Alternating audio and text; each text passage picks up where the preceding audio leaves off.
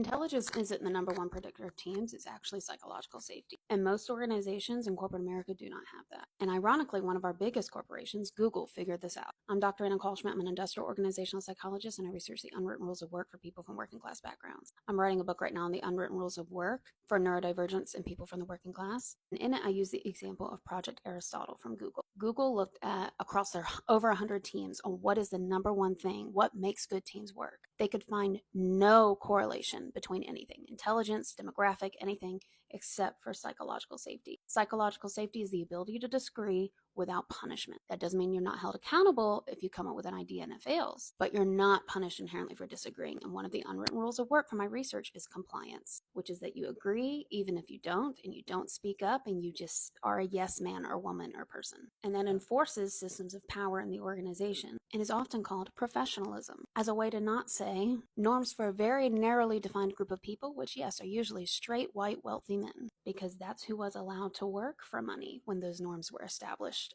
decades ago. And we still do them because we're brainwashed into thinking that anything else is unprofessional. And yet most people hate their jobs, and we're relieved to be working from home and dreading going back to the office. And social connection and human connection is so important for people, but only when it's real.